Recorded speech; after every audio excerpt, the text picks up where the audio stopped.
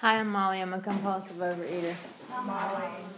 Actually, I'm a compulsive eater, not just a compulsive overeater. I weigh and measure 3 meals a day off the gray sheet. I commit them to my sponsor or another qualified person. Keep them in a diary. I eat my meals no matter what, and in between I don't eat no matter what. And abstinence is the most important thing I choose to do today because it's the door to the rest of my life. I grew up in a family of compulsive eaters. There were diets and binges and dessert celebrations and eating without stopping and lots and lots and lots of food, particularly on holidays. There was special food if I was sick or if we were celebrating something. It was in the general scheme of addictive families, it was a pretty good place to grow up. I often struggle with not feeling guilty that I'm a food addict because I don't think that I've suffered the extreme traumas that a lot of people have, so I can get into that, well, you shouldn't be this because you didn't have that and blah, blah, blah. But anyway, I did grow up feeling, I struggled with my self-esteem. I can't remember when I didn't feel like I needed to be extra good to justify my position in the family or in the world. I didn't feel pretty enough or smart enough or funny enough, so I was going to be good enough, honest enough, those kind of things, which is interesting because I've always considered myself a very honest person, but lately I've been looking at that and feeling like, I struggle with being totally honest with myself. And so, anyway, I struggled with that, and I can't tell you why. The only thing I think might have had something to do with it was having a sister that was 11 months older, so she could do everything better than I could. But I wasn't old enough to say, well, she can do everything better than I am because developmentally she's 11 months older, because I was nonverbal when I figured out that she could do everything better than I could. So I think that's probably had a lot to do with it. And but anyway, I felt like that. And I also felt a little bit isolated because growing up, I didn't have the same extreme issues. I mean, I don't remember feeling like anybody was abnormal. It wasn't like people ate and never stopped and there was some kind of trauma around it. It wasn't like that. It was food was a happy thing. It wasn't a negative thing. And diets were just, a result of the happiness. So I don't remember food being an issue that way, but I do remember feeling like I didn't have control over things like dessert because I couldn't leave it in the fridge with my name on it. It wouldn't be there when I got back, and that I felt violated when Dad or someone else would eat what was supposed to be mine. Everybody got one, right, at the time.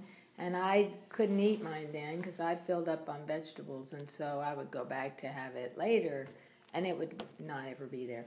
And so I guess I learned to eat whether I was hungry or not, or to not have it.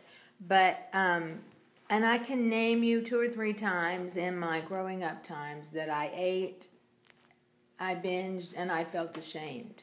But it wasn't a constant for me. I didn't really connect with it having total control over me until much later in my life. I didn't have the desire as a kid that I had later. The desire that I couldn't escape. I didn't have that as a kid. I was happy to fill up and then not eat and be fine not eating and not be hungry and then later eat, and it was kind of mostly normal, except, I remember babysitting, and they had this sweet snack that was homemade, and I remember being embarrassed because I ate way more of them than I should, and they were going to notice how empty the thing was when they got back, and I remember that. But that wasn't a constant. So looking back on it, I realized I was compulsive, but I just compulsed on other things. And then, so I don't remember food really becoming an issue until I got into college. I kind of compulsed, in my own opinion, in an unhealthy way on religion until I got into college, and I felt like the God that I had to that point wasn't going to be able to accept me because of the choices I made in college. I, quote, did unforgivable things, So then this relationship I had always had with God that had sort of kept me a little bit sane. I didn't feel like I had it anymore. And that's when I remember consciously turning to food and being able to consume an absorbent amount of food in a really short amount of time, because that's all the time I had between classes. And I became from normal to overweight in my college years, mainly in 1 year. I came into senior college a normal size, and after the end of that year, I was pudgy. I wasn't a normal size. And I wasn't a normal size again for my whole life until Gray Sheet. So eventually I realized that I couldn't manage what I ate, and I remember eating and not being able to stop, and not liking what I was eating, and not being hungry, and not being able to stop, and feeling like a crazy person. Who does that? Who eats when they're not hungry? They don't like what they're eating, and they don't stop eating it. It didn't make sense to me. So I knew that wasn't normal. Even the people in my house didn't eat things if they didn't like the way it tasted. They didn't eat things, well, they did eat things if they weren't hungry. But so I remember that. I also remember feeling like food was a way to comfort. As my little sister was crying, and I loved my little sister. This was I'm flipping back up. So I'm a kid in high school or junior high, and my little sister is very upset and crying, and I want to make her feel better. So I take this fruit that you can pull off and start stuffing them in her mouth. And when she can't close her mouth because it's so full of this thing, she starts laughing, and life is better. And so, that's just an analogy for whenever there's a problem, let's fill it with this. So I did learn that somewhere or discover it for myself, because I used it on others. So it was a way to show, food was a way to show love. Food was a way to make people feel better, yourself and others, myself and others. So anyway, then I connected with the fact that I wasn't normal, and my parents had talked about that they were going to OA and how it had really helped them. And so eventually I decided to try OA. And I remember walking into that meeting and feeling like a connection that I hadn't felt with other people, like ever. Because they were so emotional about their feelings, and they were so honest about things, and I felt like being honest to a place that puts you in a vulnerable spot was a bad idea. And these people were all open about how this thing was messing with them, and that they really didn't have control. And it just, I don't know, the lady that talked that night really struck me. She was really honest. And so I asked her to be my sponsor, and I started doing OA. And OA made me feel a lot better in a whole lot of ways, because that initial sponsor taught me to quit the negative self-talk. That one thing in my life has made a huge difference, just to stop telling myself what an idiot I am, how stupid I am, how ugly I am, how all these things, it's been huge to just make myself stop that. And so, I don't think OA, I mean, I really don't have anything bad to say about it, except that the food plan was pretty much non-existent And I really had I needed something I could follow. And 3 meals a day with no sugar was very helpful. It was way helpful than what I had been doing before. But it wasn't an abstinence that kept me from feeling crazy. It did not it did not give me the gift of neutrality. I did lose weight. I did it did lift the pain to some level, but it didn't give me the gift of neutrality around my food. I didn't stop wanting things that I wasn't eating. I didn't know that you could do that.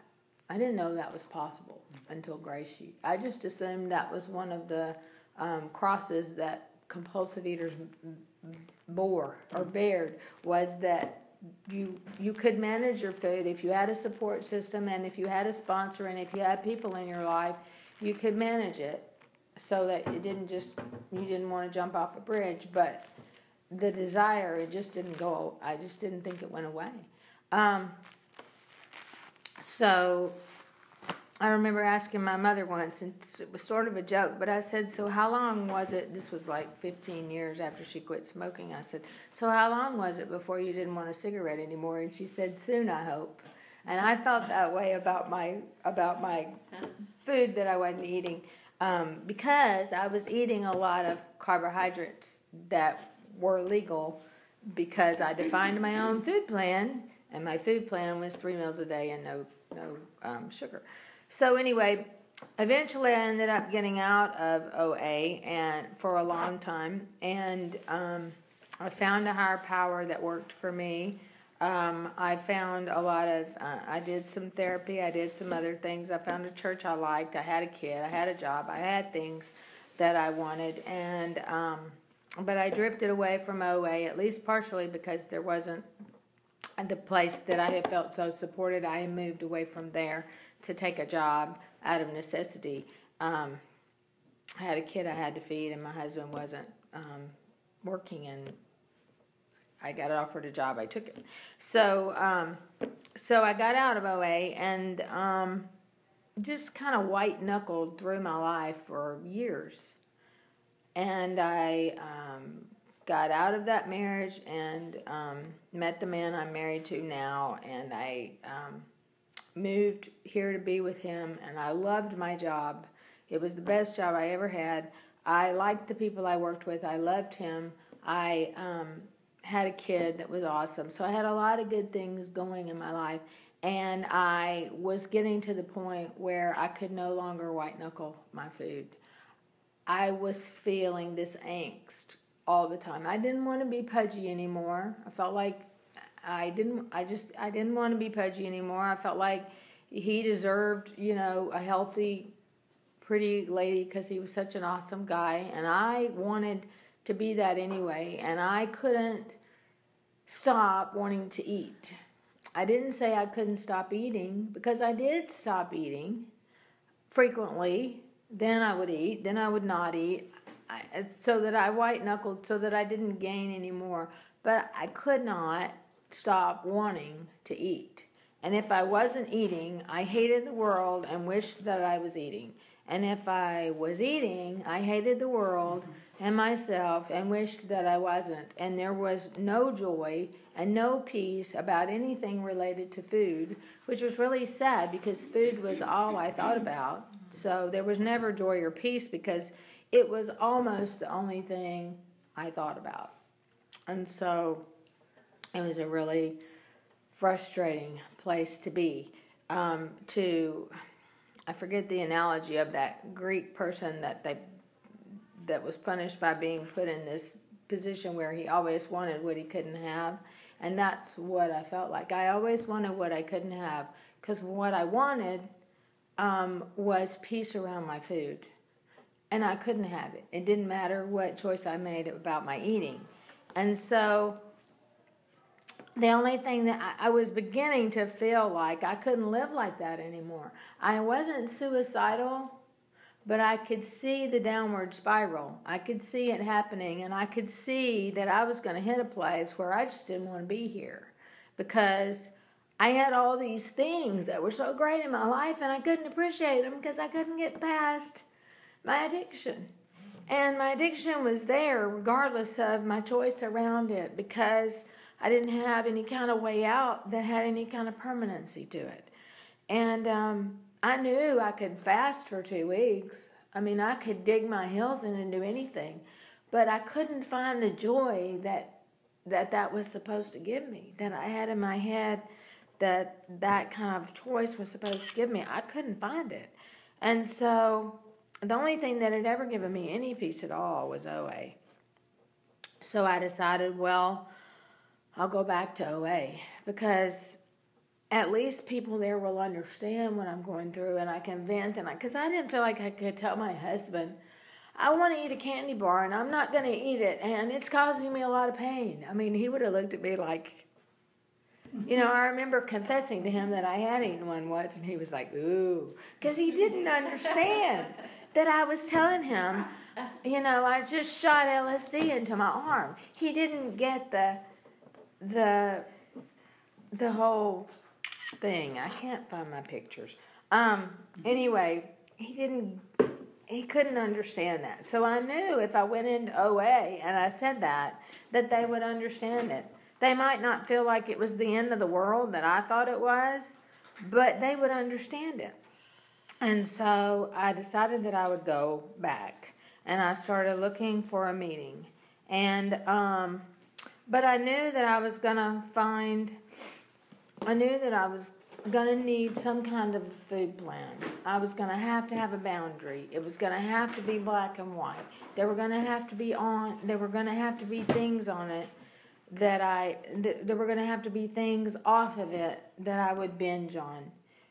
And I knew that I couldn't do it without those things. There couldn't be, well, I can have a little of this, or I can have some of that, or I can do this sometimes, or there couldn't be any of that on it. So I was going to have a sponsor that, quote, got it.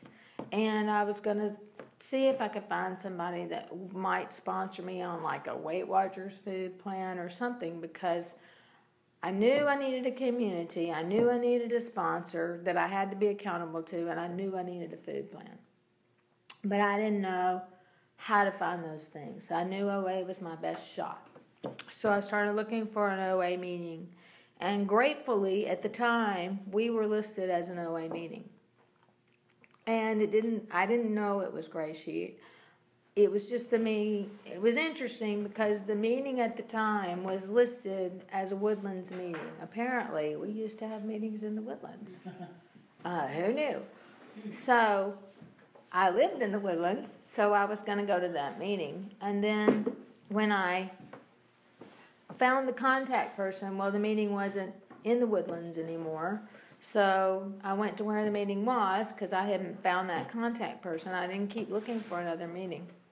And then the meeting was at Starbucks, and I walked into Starbucks looking for an OA meeting. Well, I knew what OA meeting people looked like. So I knew they were going to be sitting around the table. There were going to be a fair amount of them that were going to look overweight. They were probably going to have stuff in front of them like books. So I knew what to look for. Except I couldn't find people that looked like that. There wasn't a group of overweight people sitting together. And so another Gray Sheet member walked up to me. I couldn't recognize her because she didn't look like an OA'er to me, but she could recognize me because I did.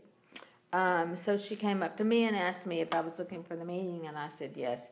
And so I walked back to the table with her, and there was another girl that I recognized because we both looked lost. We're both standing in the door of Starbucks. We're both overweight. We both look lost. So we recognized each other, and she recognized us and took us to the table. And she was normal size, and I didn't know why she was there. She had already lost her weight, and she was still there. But anyway, she started talking, and when she started talking about how she could eat those large things all by herself, and I could do that, and how she had thought about food all the time. And she sounded like, when she was talking about her food, like she was crazy when it came to food. At least as crazy, as I was, if not more so. And she didn't look crazy anymore. She didn't look overweight. Her face didn't look like she was stressed out. And then she started talking about how it used to be, and what it was like was exactly how it was like for me that day that I walked in. And then she talked about what happened. She met somebody that looked like they had what she wanted. She had what I wanted. And then she started talking about the neutrality around her food and what her life was like today. And how she had been abstinent on the gray sheet for 8 years. And that she had neutrality around her food.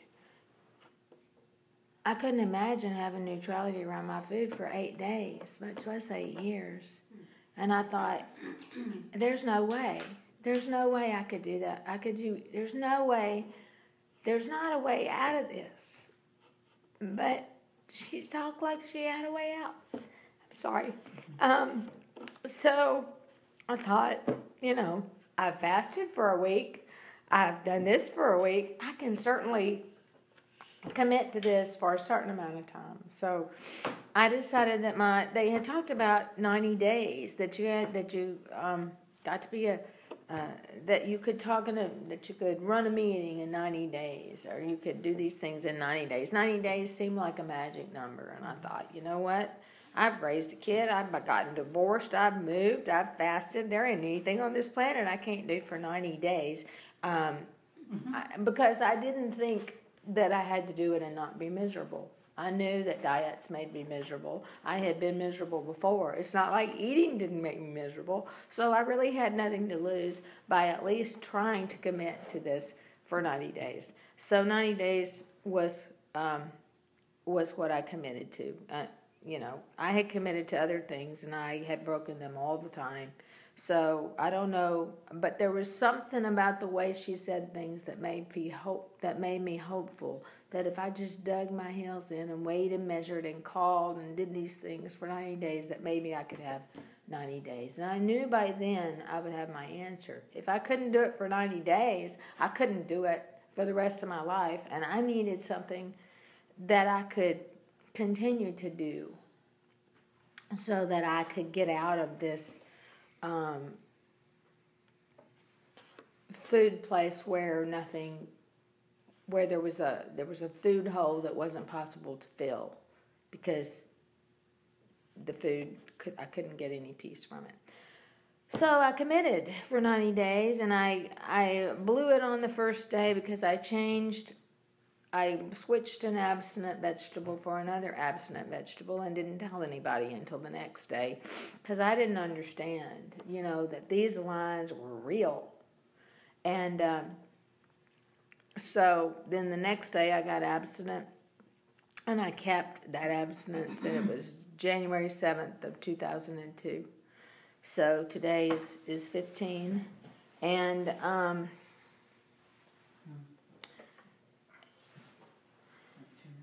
it's overwhelming to me that I can sit next to somebody and they can be eating the thing that used to be my favorite, and it doesn't matter to me. I don't feel any kind of thing around it. So my two ahas were the day that I walked into my school and it was covered with my drug because it was Valentine's Day, and I taught at a school where all the mothers didn't work. It was an affluent school, and they baked things to show their appreciation for all of us who love their children. And you couldn't see the table. All you could see was the stuff on it, and 90% of the stuff on it was my favorite way to use my drug. And I remember walking by that table and thinking, wow, that was so sweet of them. Mm-hmm. And then it hit me that nothing kicked in, that I didn't think anything else, that I didn't have to pull myself away. There was no argument in my head about whether I was or was not going to do that. I knew I wasn't going to do it. I didn't even want to do it. It might as well have been flowers or something I didn't want to eat. I just thought it was a nice gesture. That's as far as it went for me. And that was the thing that hit me the hardest, because that was the first time I realized that I could have neutrality around my food. And then the second aha was for me. I don't know why this seems like such a cool thing to me, but I guess it was because I didn't really have it in my head that I was ever going to look normal again. And so I walked into this restaurant, and there was this, there were 2 doors. And when I walked into the first door, and when I went to the second door, I saw someone behind me, and I was feeling really hopeful about my abstinence at that point. I've been abstinent almost a year, maybe, I'm not sure. But anyway, I looked at that reflection in the lady behind me, and I thought to myself, someday I really might have a body like that. Someday I might. And I reached up and connected to the door and realized it was my body I was looking at.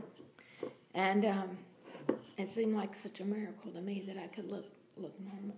So thanks for letting me share. I'm abstinent because I weigh and measure, and I'm abstinent because of you guys, and I'm abstinent because of my higher power. And it's not a glory thing, because I spent years and years and years not abstinent, and if I could have done it myself, I would have. It's a gift, and I don't take it for granted. So thanks for letting me share. Thanks, Molly.